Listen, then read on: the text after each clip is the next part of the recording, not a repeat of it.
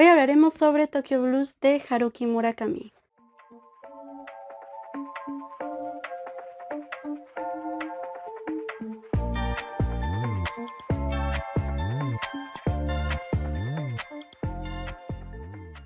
¿Cómo están, amiguitos del YouTube? Yo me encuentro súper bien.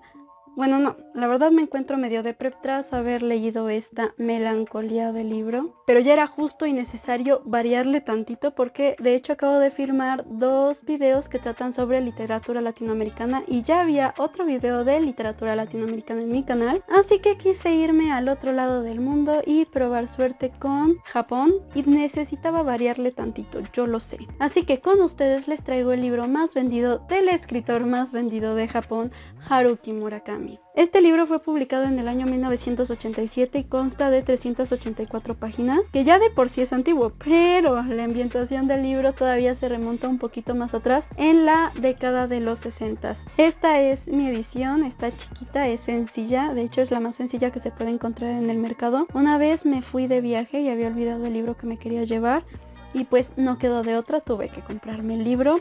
No sé si tuve suerte o no porque este era mi primer libro de Haruki Murakami. Lo leí hace como 6 años y obviamente lo volví a leer para la reseñita. Aparte de este libro he leído Baila Baila del escritor y no me gustó. No creo que sea culpa del libro, de hecho leí que era la tercera parte de una trilogía, pero se puede leer sin que tú hayas leído la trilogía. Bueno, supongo, no estoy segura, no me hagan caso. Antes que nada hay que darle un poquito de contexto al escritor. Yo actualmente poseo 3 libros de él, aparte del de Tokyo Blues, que serían Underground, Hombres y Mujeres y Después del Terremoto, pero no lo tengo cerca. Esa sería mi pequeña colección de Haruki Murakami. Si les interesa alguna reseñita de estos libros, háganmelo saber.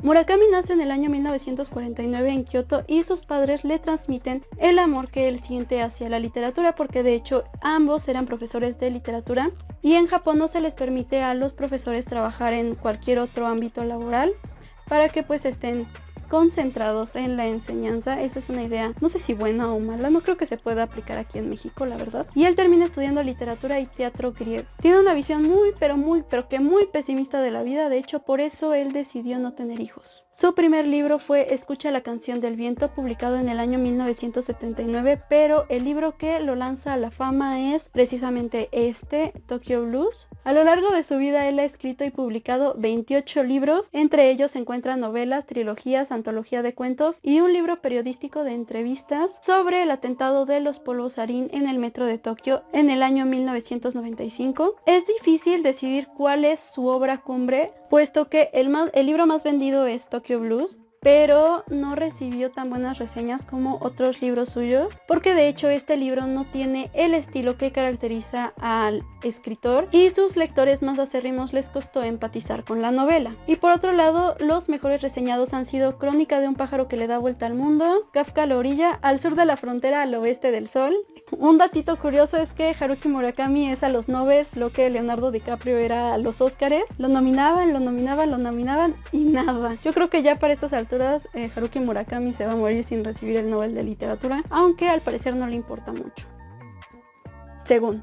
Y bueno, para no hacérselas largas, comencemos con la reseña. La historia abre su telón con las secuelas que deja el suicidio de un joven de preparatoria llamado Kizuki. Tanto Naoko, su novia de prácticamente toda su vida, de hecho empezaron a ser inseparables desde los 3 años, y con su mejor amigo Watanabe, que será el protagonista de nuestra historia. Watanabe, buscando alejarse de toda esta experiencia que él vivió y el dolor que le acarreó, se va a Tokio a estudiar a la universidad, donde pasa un año del suicidio de Kizuki y se vuelve a encontrar a Naoko, donde termina enamorándose de ella, lo cual no será nada sencillo, ya que Naoko se encuentra sumida en una depresión interminable respecto a la pérdida de Kizuki. La historia está ambientada en el caótico Tokio de los años 60, específicamente en los finales de los años 60, puesto que en el 67, 68 y 69, Japón se vio hundido en una ola de levantamientos estudiantiles que culminaron con el cierre de todas las universidades a nivel nacional, que también estaban correlacionadas con los movimientos políticos de 1968.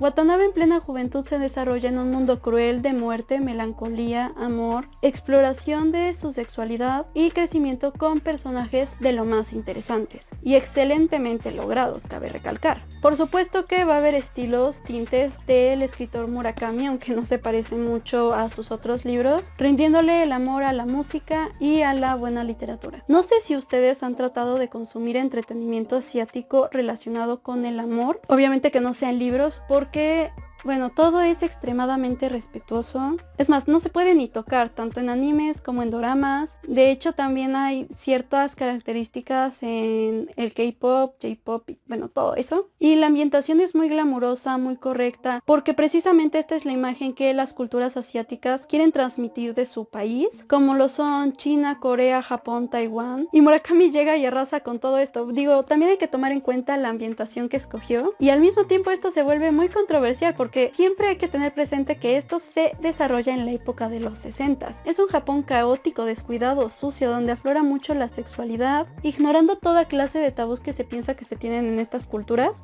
pero sin caer en la vulgaridad. Yo había visto en varias reseñas que todo lo contrario, que había muchas personas que consideraban que este libro caía en lo vulgar, que tenía temas, que tenía toques eróticos que estaban de más. Yo no pienso así, yo pienso que llegó a encontrar el equilibrio entre la muerte y el sexo, que es todo lo que va a abarcar este libro, porque muchos de estos personajes recurren al sexo intentando llenar vacíos emocionales que incluso los terminan dejando más vacíos después. Y se entregan a los excesos del alcohol, del tabaco, pero todo esto contado desde la perspectiva de un joven que no quiere y hasta cierto punto no puede relacionarse con su entorno. Esa clase de chico que le gusta leer literatura, estar solo, comer solo, tomarse su cafecito, y que no le importa lo que piensen los demás de él. Y es un personaje que tuvo una excelente forma de sobrellevarlo sin glorificar estas características que se acostumbra a glorificar en libros populares como John Green o Hush Hush, que, ay, por favor, aprendan un poquito de esto, aprendan un poquito sobre Haruki Murakami,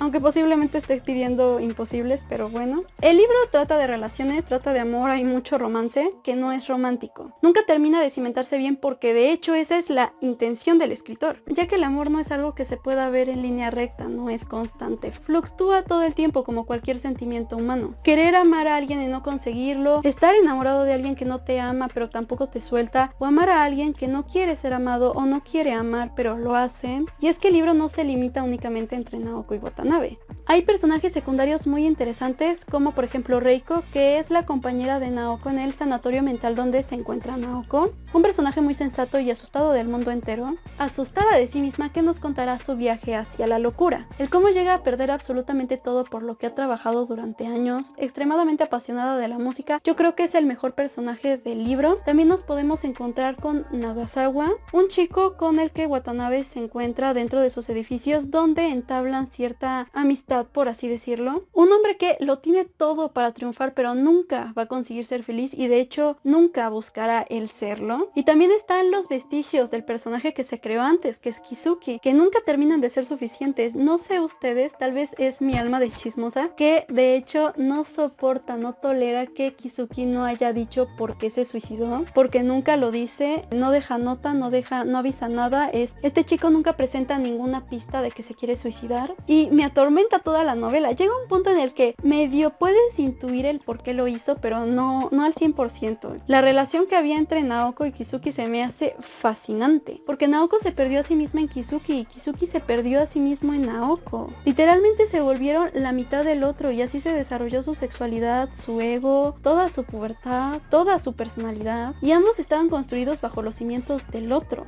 lo cual hace incluso más difícil, dolorosa y complicada la pérdida que siente Naoko, porque no hay que olvidar que ellos eran inseparables desde los 3 años. Y con Watanabe también se forma uno de los mejores triángulos amorosos que yo he leído en un libro, y es una simbología muy interesante la que logra Murakami en este triángulo. Por un lado se encuentra Naoko, voluptuosa, bellísima, con la que se acuesta una vez, pero realmente ella rechaza el sexo, y se encuentra sumida en la tristeza, la desesperación, representando la muerte dentro de la vida, porque de hecho el sanatorio en donde ella se va es un lugar verde con muchos animales, con muchas plantas, con mucha vida. Y por otro lado se encuentra una mujer que no es tan guapa como Naoko, pero es una mujer muy despierta, muy perspicaz, muy inteligente, muy curiosa, muy precoz, que va constantemente al hospital. No diré por qué, porque ya sería mucha intromisión a la novela, y ella sigue teniendo su vida, su vitalidad, y de hecho eso representa la vida entre la muerte. Así que volviendo a lo mismo, es un triángulo amoroso muy bonito, muy simbólico. A mí me gustó mucho cómo se llevó, cómo se pudieron haber creado estos personajes tan interesantes, tan bien hechos. Y bueno, con todo esto que les menciono, pasa mucho y a la vez no pasa nada. Es conversación tras descripción del personaje, tras descripción de alguna